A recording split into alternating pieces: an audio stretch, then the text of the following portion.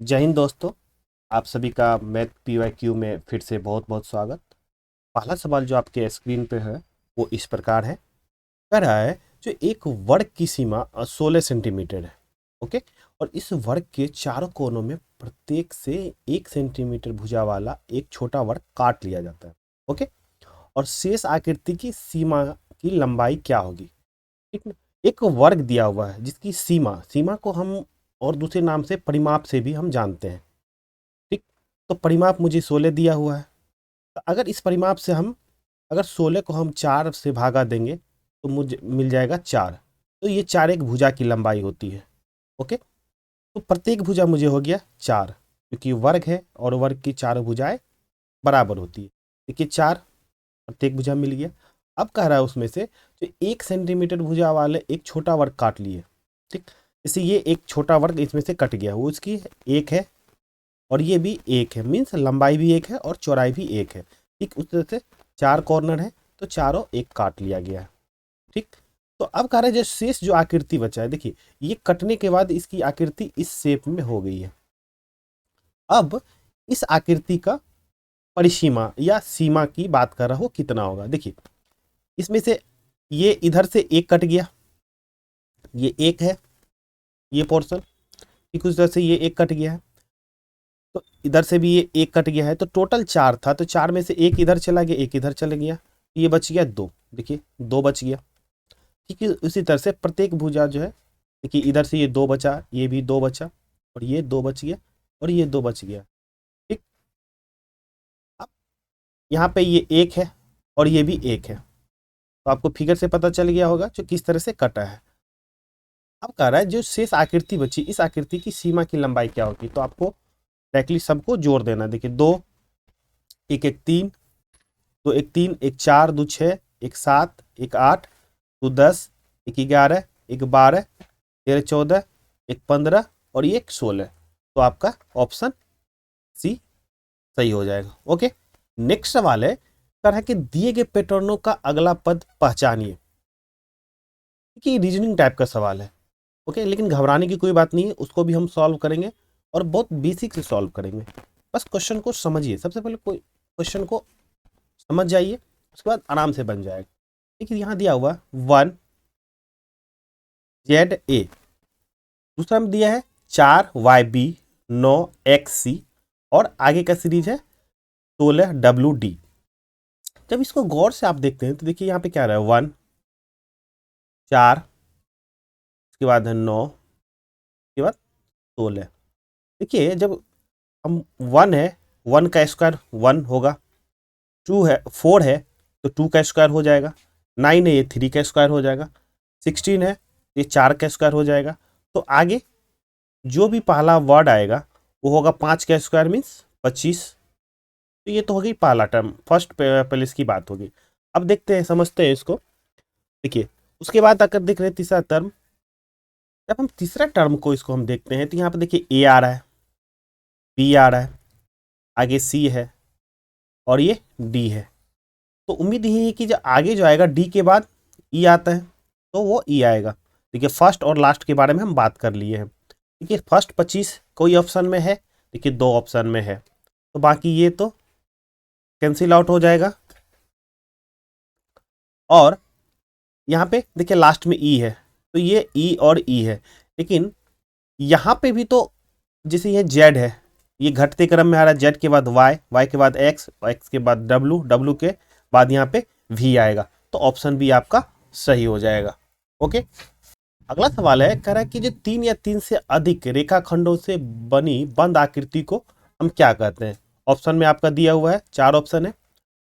समझिए, अक्सर बच्चे कंफ्यूज करके इसमें त्रिभुज में टिक लगा देते हैं, लेकिन अप्रोप्रिएट आंसर त्रिभुज नहीं है। क्यों? क्योंकि कह रहा है ये जो 3 या 3 से अधिक, 3 या 3 से अधिक की बात कर रहा है वो, इसलिए हमेशा इसमें हम जाएंगे पॉलीगॉन या बहुभुज में जाएंगे।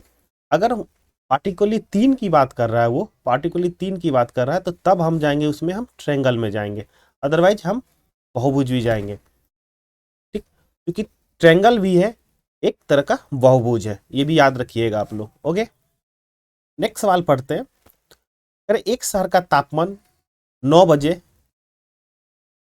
23.5 देखा जाता है यदि प्रत्येक घंटा तापमान 0.7 नीचे गिर जाता है।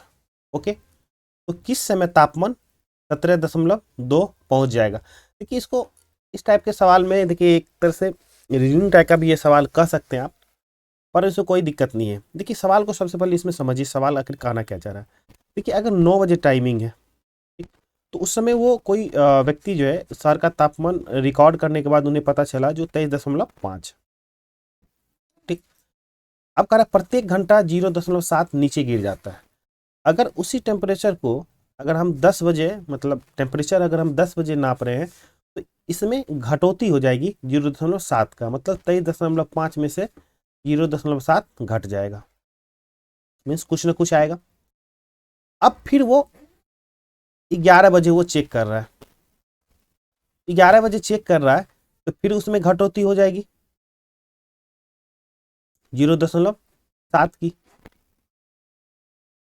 तो इससे 23.5 से इसमें घटेगा फिर 0.7, और फिर ये यहाँ जो जो भी आएगा उसमें से 0.7 घटेगा, ठीक।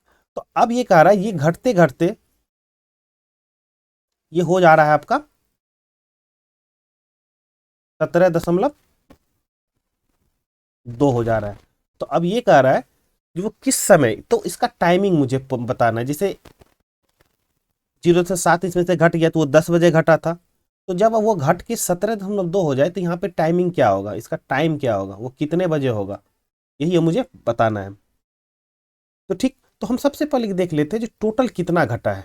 तो पहले था मुझे मेरे पास 23.5 और उसमें से घटाएंगे हम 17.2, ठीक। दोनों घटाइए, 5 में से 2 चला गया, देखिए आपको 3 बच गया, और 23 में से 17 जाएगा तो 6 बचेगा, तो मीन्स 6.3, मीन्स जो 23.5 से 17.2 तक जाने के लिए वो टोटल 23.6 घटा है।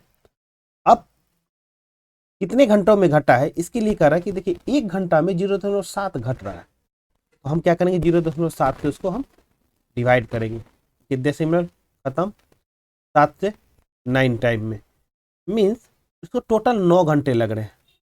ओके, तो 9 घंटे लग रहे हैं उसको, तो पहले ऑप्शन में देखते हैं, ठीक। तो 9 बजे ये रात को था देखा था, उसे 3 जोड़ देंगे तो हम 9 में 3 जोड़ देंगे, ये हो गया 12 बजे रात हो जाएगी, और फिर भी मेरे पास 6 बच गया है तो 6 बजे सुबह, तो आपका ऑप्शन डी हो जाएगा। ओके, देखिए अगला सवाल है, वो सवाल है माध्य और माध्यिका से रिलेटेड सवाल है, ठीक। सबसे पहले समझते हैं जो माध्य क्या होता है और माध्यिका क्या होता है, इस बात को सबसे पहले समझते हैं। माध्य जो भी संख्या आपको दी हुई उसको सबसे पहले आप जोड़िए और उसके नंबर ऑफ संख्या से को डिवाइड कर दीजिए। समझते हैं माध्य को, माध्य औसत के जैसा ही है, इस तरह से औसत में आप टोटल संख्या के को जोड़ते हैं और उसको डिवाइड कर देते हैं जितना संख्या है। देखिए यहाँ पे संख्या टोटल है आपका 1 2 3 4 5 6 7 8, तो टोटल संख्या हो गया आपको 8 होगी। अब टोटल इसको जोड़ते हैं, देखिए 5 8 5 13 13 3 16 1 17 17 3 20 5 25 1 26 26 के 6 हासिल 2 हो गया, 2 1 3 1 4 2 6 1 7 2 9, तो 96 हो गए। अब इसे हम डिवाइड करेंगे 8 1 टाइम में, और ये हो गया 12, मीन्स मुझे पता चल गया माध्य हो गया इसके 12।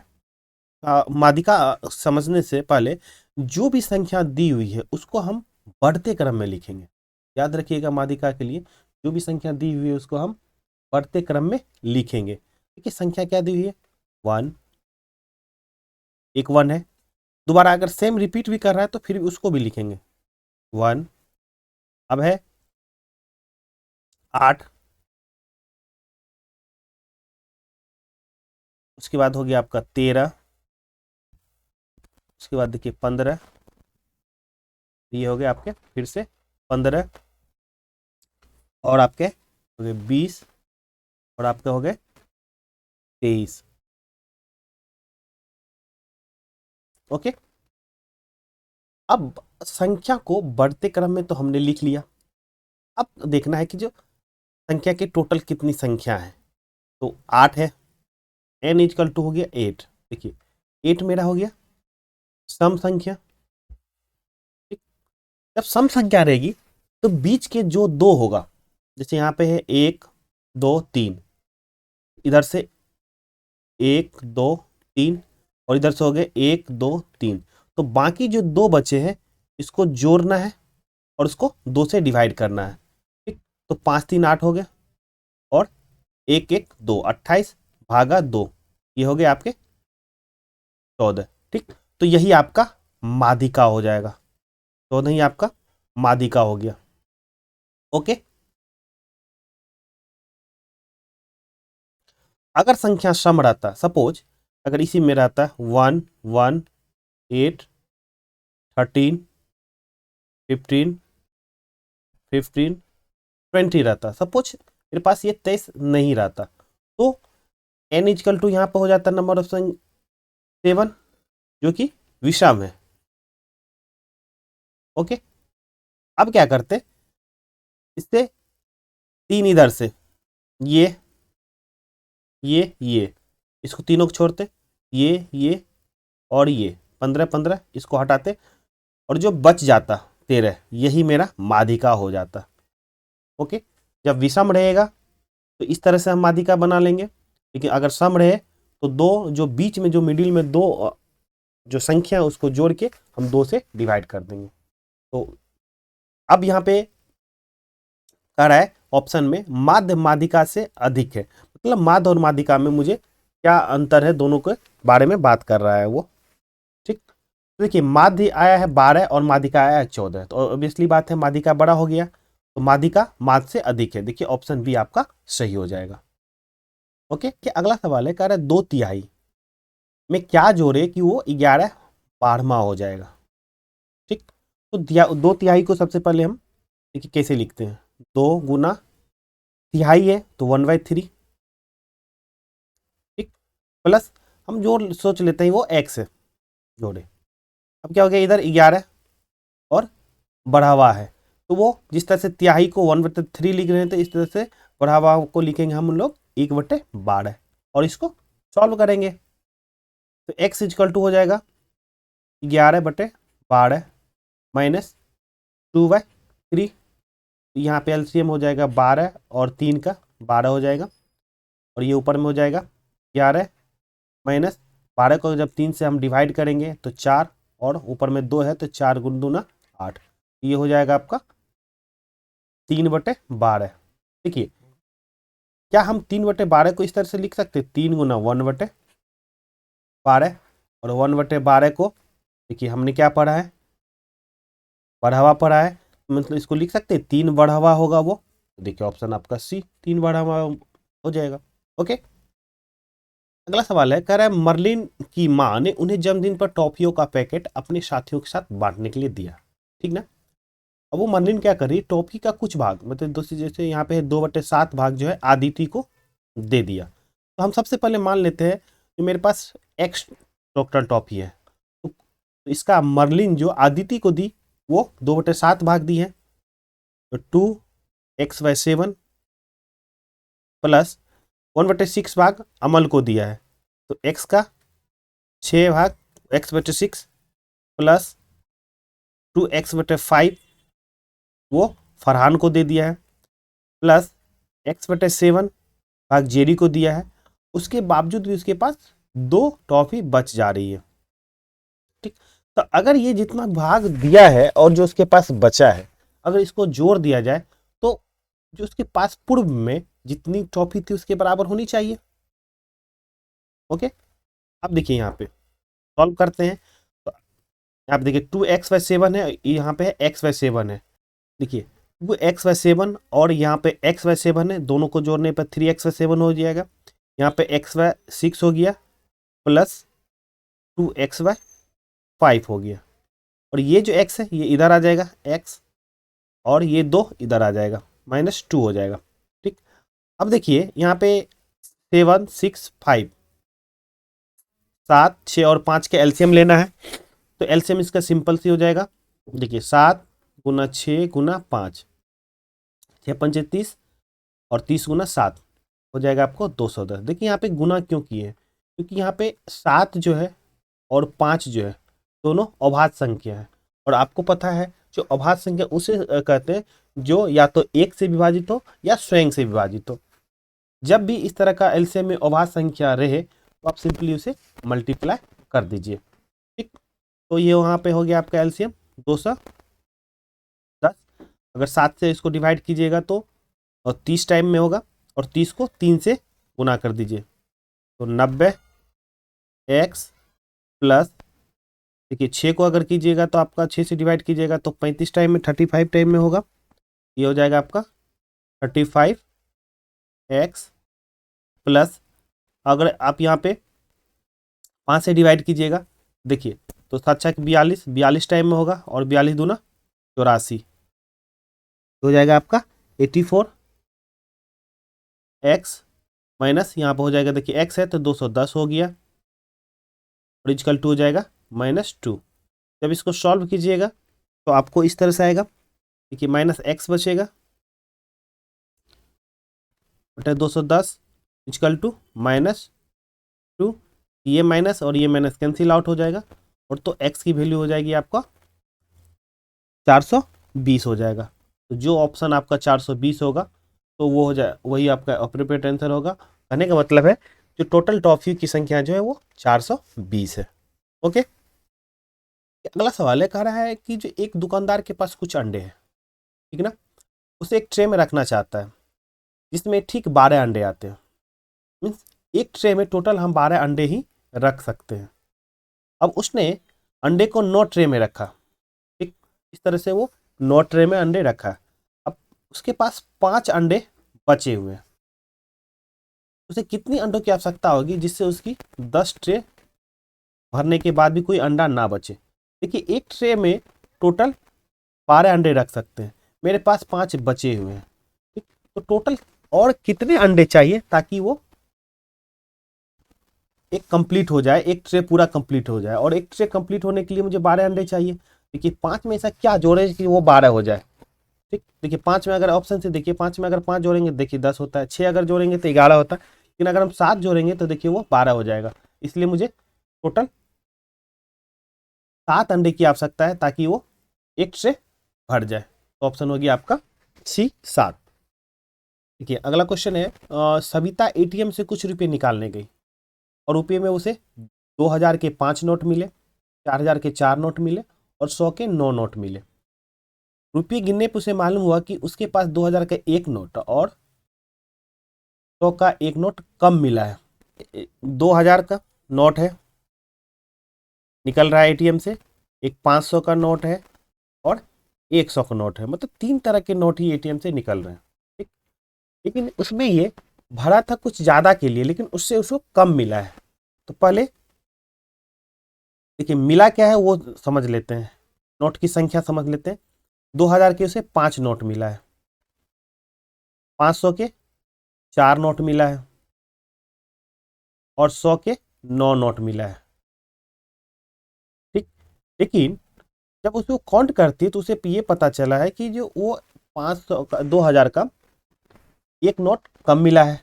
मीन्स मिला है से 5 तो वो भरी होगी वो जरूर 6, तभी तो एक कम मिला है ना।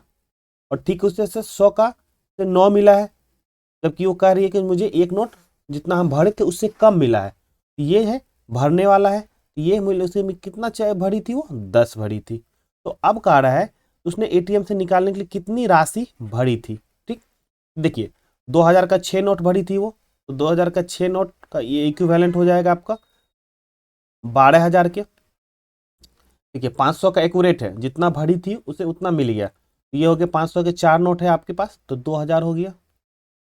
और देखिए 100 के भरी थी वो 10 तो हो जाएगा आपका 1000।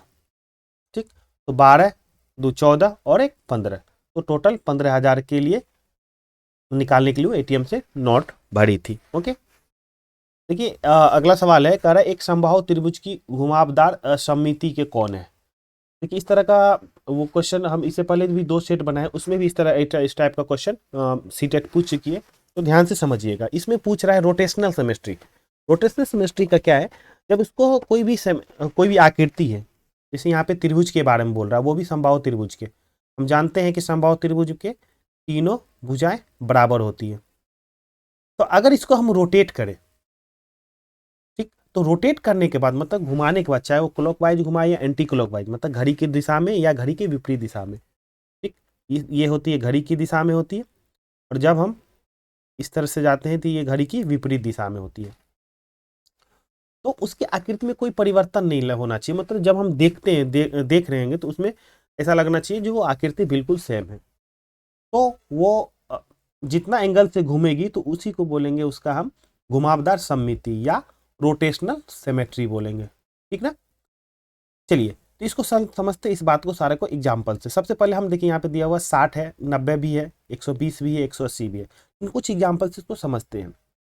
देखिए अगर मान लीजिए हम 60 से हम उसको घुमाते हैं, ठीक ना, हम सारा काम कर रहे हैं एंटी क्लॉकवाइज में। देखिए ये 60 डिग्री हो गया, ये अप्रॉक्स में। जब इसको 60 से हम बीसी को एक एक भुजा पकड़े हैं, बीसी को हम टर्न किए, इस तरह से इस डायरेक्शन में हम टर्न किए हैं, ठीक है, हम इस डायरेक्शन में इसको टर्न कर दिए। जब 60 से टर्न करेंगे देखिए ये बीसी, ये यहाँ पे इस तरह से आ जाएगा बीसी, ओके, और ए ऊपर चला जाएगा।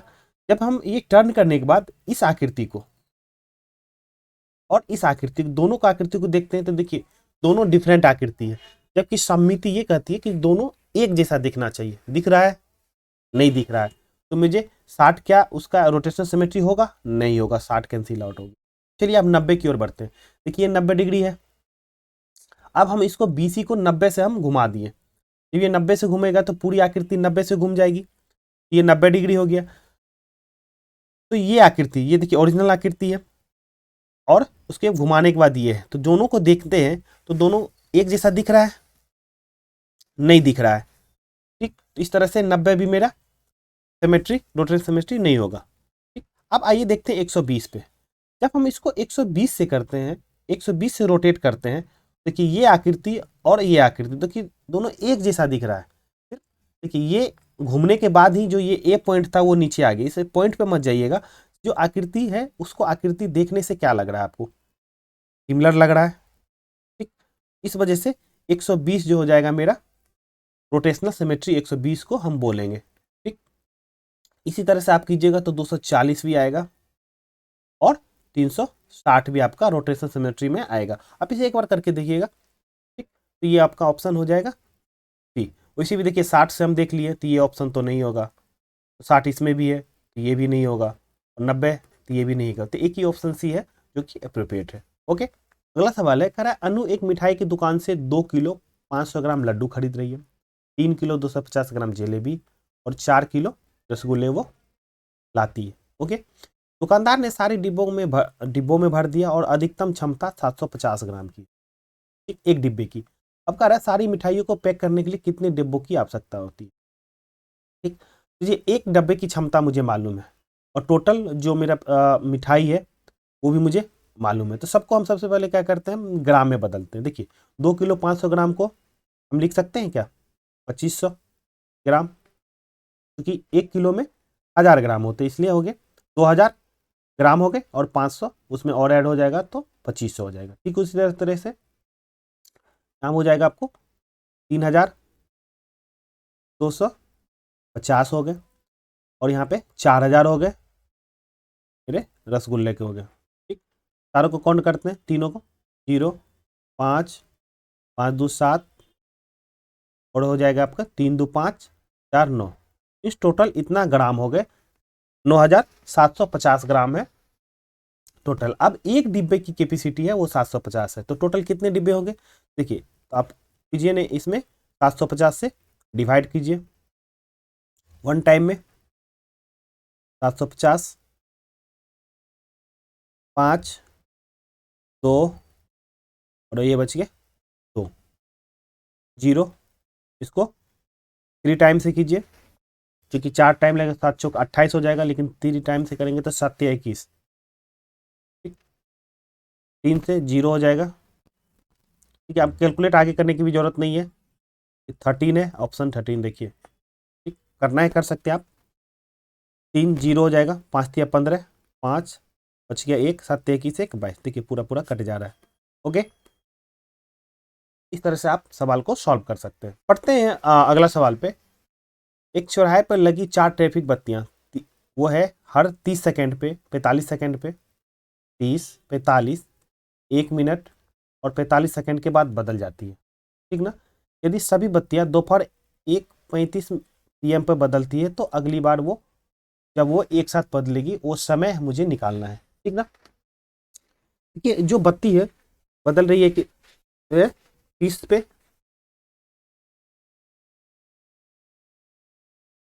45 पे, और यहाँ 1 मिनट दिया है उसे हम सेकंड में बदलते हैं, 60 पे और 75 पे, ठीक। देखिए तो अब इस तरह के सवाल में जो अगला कब बदलेगी, ये कितनी देर बाद बदलेगी, उसके लिए हम एलसीएम लेते हैं, जो भी गिवन डाटा है उसका हम एलसीएम लेते हैं, ठीक। यहाँ पे एलसीएम हम लेंगे 45 का, 60 का, 75 का, ठीक। आपके जहन में एक सवाल आएगा कि सर आपने 30 क्यों नहीं कंसीडर किया। देखिए इसमें, देखिए 30 कोई एक ऐसी संख्या है जो 30 से बड़ी है और वो 30 से डिवाइड भी हो जा रही है, हाँ है, वो है 60। तो अगर इस तरह की कोई संख्या हो जो बड़ी हो और पीछे जो है संख्या जैसे यहाँ 30 है उससे अगर वो पूरी पूरी डिवाइड हो जा रही है तो वो छोटी संख्या को हम एक तरह से हटा देते हैं, थोड़ी देर के लिए हम बाहर कर देते हैं उसको, और जो बची हुई संख्या जैसे यहाँ 45 है, 60 है, 75 है, इसका हम एलसीएम लेते हैं, ठीक। तो जल्दीबाजी के लिए आप क्या कीजिए, 15 से कीजिए इसको, 15 या 45, 15 चौक 60 और 15 पचे 75, ठीक। अब बाकी को इसको अब मल्टीप्लाई कीजिए, यहाँ पे 3 और 5 वो भी आवाज संख्या में आ रहा है आपको, इसको 5 चौक 20, 20 तिया 60 हो गया, और 15 गुना 60, देखिए 900 हो जाएगा, 60, 15 छाके 90 और एक जीरो, ये देखिए हो गया 900। तो 900 जो होगी, 900 क्या हो गया आपके सेकंड, इसको मिनट में अगर बदलना हो तो आप बदल सकते हैं डिवाइड करके, वो भी 60 से, 60 में एक बार डिवाइड कीजिए 1 टाइम, इसके 30, तो 30 और ये हो जाएगा एक जीरो आ जाएगा जिसका, तो हो जाएगा 300, तो 6 पंचे 30, 15 मीन्स हो गया आपके 15 मिनट। मीन्स अगला जो बजेगा वो कब बजेगा, जब इसमें 1:35 में आप 15 जोड़ दीजिएगा, क्योंकि ये आपका हो जाएगा 5 5 10 89 1 3 1 4 1 5, मीन्स 1:50 में वो बजेगा, मीन्स 15 मिनट बाद बजेगा वो। तो ऑप्शन हो गया आपका बी। ओके, अगला सवाल कर रहा है, रे और रीना ने ईंटों को एक दूसरे के ऊपर क्षैतिज रूप से व्यवस्थित किया। देखिए ईंटा को इस तरह से व्यवस्थित किया कि एक ईंटा है, उसके ऊपर दूसरा ईंटा, फिर उसके ऊपर तीसरा ईंटा, ठीक ना। और प्रत्येक ईंट की लंबाई, चौड़ाई और ऊंचाई देखिए बिल्कुल बराबर समान है। ये एक ईंट का है जो है 6 इंच क्या है लंबा है, देखिए 6 इंच लंबा है, ठीक ना, 3 इंच चौड़ा है और 3 इंच इसका ऊंचा है। तो अब कह रहा है उसे 3.5 मीटर की दीवार बनानी है। टोटल जब हम एक ईंटे के ऊपर दूसरा ईंटा, फिर तीसरा ईंटा, फिर चौथा ईंटा, फिर पांचवा ईंटा, छठा ईंटा, इस तरह से कितना ईंटे की हम खड़ा करें ताकि वो जो ईंट खड़ा करने पर जो दीवार बन रही है उसकी दीवार की हाइट दिया हुआ 3.5 मीटर। ओके, 3.5 मीटर मुझे दिया हुआ है। तो अब मुझे ईंटों की कुल कितनी पंक्ति, मतलब ईंटों की कुल कितनी संख्या होगी वो मुझे बताना है, ठीक ना। देखिए यहाँ पे देखिए इंच दिया हुआ है और यहाँ पे मीटर दिया हुआ है, ठीक ना। तो सबसे पहले किसी एक यूनिट में हम बदलते हैं, मीटर या सेंटीमीटर में। तो याद रखिएगा कि हमेशा जो होती है 1 इंच जो होगा वो 2.2.540 सेंटीमीटर के बराबर होता है। इसको याद कर लीजिएगा, ये हमेशा पूछा जाता है। तो सुविधा के लिए हम यहाँ पे ले लेते हैं 2.5 सेंटीमीटर, हम कैलकुलेशन में आसानी के लिए ले लेते हैं हमेशा। टोटल जो मुझे दीवार का हाइट है वो 3.5 है, 3.5। देखिए ये मीटर में है, इसको हम बदलते हैं सेंटीमीटर में, इसको हम बदल लेते हैं ना 100। अब एक ईंट है, एक ईंट की जो ऊंचाई है वो देखिए 3 इंच है। ओके, तो 3 इंच है, और हम जानते हैं कि जो 1 इंच बराबर जो होता है 2.5 सेंटीमीटर होता है। देखिए इसको लिख सकते हैं 3 × 2.5, ये हो गया सेंटीमीटर में बदल गया, ठीक ना। चलिए अब इसको सॉल्व करते हैं। देखिए ये दशमलव खत्म, यहाँ का भी दशमलव खत्म, 25 से 4 टाइम में हो जाएगा, और 3 से इसको डिवाइड कीजिएगा तो देखिए, तो कहीं ना कहीं इसको एक टाइम में हो गया, और ये भी एक टाइम में, मीन और बची बाकी दशमलव में आएगा। लेकिन 11 × 4 44, देखिए ये कहीं ना कहीं 42 से तो ज़्यादा ही है, तो अप्रॉक्स में चूंकि यहाँ दशमलव में कुछ ना कुछ बचेगा ही, तो अप्रॉक्स में आपका 46 आंसर हो जाएगा। तो मुझे उम्मीद है कि आपको ये सेशन पसंद आया होगा। अगर इसके रिगार्डिंग कुछ भी आपको डाउट है तो प्लीज़ आप कमेंट कीजिए, हम उसको डाउट को क्लियर करने की कोशिश करेंगे। ओके, जय हिंद।